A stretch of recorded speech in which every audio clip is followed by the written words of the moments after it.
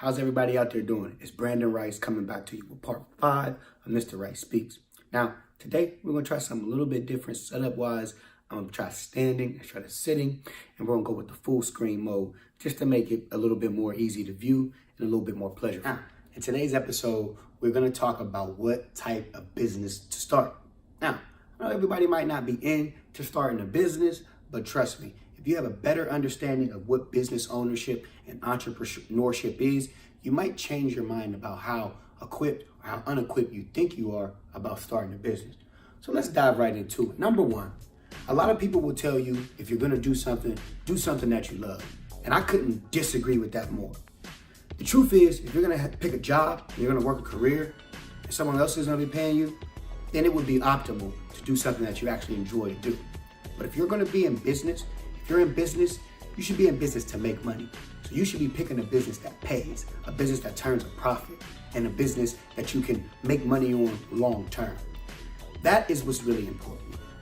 Like I said, if you're fortunate enough to be able to make money doing something that you love and own a business, you are blessed. You're a fortunate person. And so kudos to you. My hat goes off if I had one. But for most people, it's just not obtainable. I know for me, I'm in a social work business. I have a contract with the government, and I serve the poor and disabled people that have long-term disabilities. And one of the big things that I had to get over getting into this business is I'm no social worker. I didn't know anything about social work. I didn't even know anything about owning a business. And so I had to kind of get over that fear, get over that hump, do something that I didn't want to do in order to be successful. Now, the second part is picking a sustainable business. Now, what does that mean? A lot of times, people get caught up into the fad businesses. Right now, real estate investing is sexy.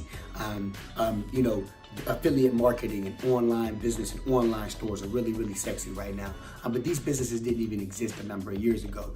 And there's no guarantee that they'll be around in a number of years from now.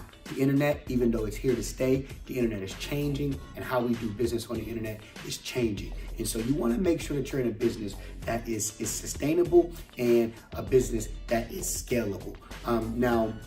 I want a good example of this is like a YouTube business. You want to get into business on YouTube, yeah, you can make some money there, but how many employees do you really have? How much control do you really have? You could use YouTube as a great marketing strategy and a great marketing medium to promote your product or your business, but you really want to get into a business that month over month, year over year, you'll make business. And one of the best ways I think you can do that is looking into a business to business marketing, or business to business, or a business to government business.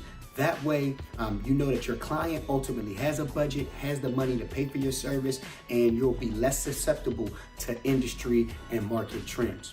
The third thing is being able to understand what type of business you have.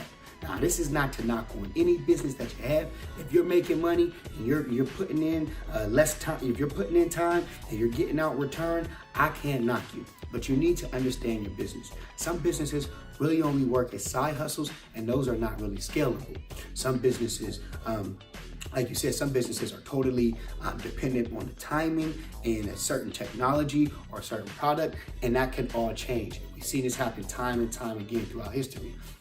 One example, though, is good because you might think that if you have a side hustle business that it's not sustainable or that it's not a good business, but that's not true. I know a friend who's an educator, and she's leveraging her skills in education into a tutoring business that is making her really good money.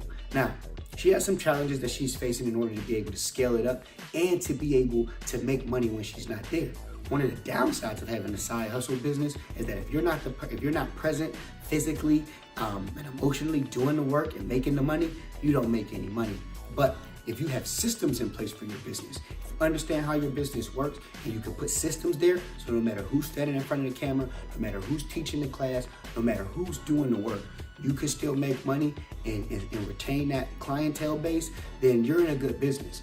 Some other businesses are not really scalable. I've seen a young lady earlier talking about she quit high school to start a YouTube marketing business. That might be a great source of income, but in my opinion, it's not really a business because how many employees can you have? How much money can you make when you're not making content and when you're not there? So those are some things to think about. Understanding the difference between a side hustle, a sole proprietorship, and then really owning a business where people go to work every day and make money for you no matter where you're at and what you're doing. So that wraps it up for episode 5 of Mr. Wright Speaks. I hope that you all enjoyed this video. I surely enjoyed making it for you. Like this video, comment in the comment section, share it on your YouTube, share it on your Facebook.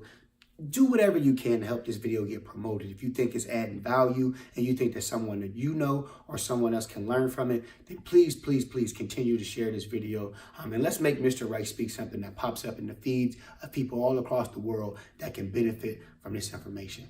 Thank you and have a blessed one.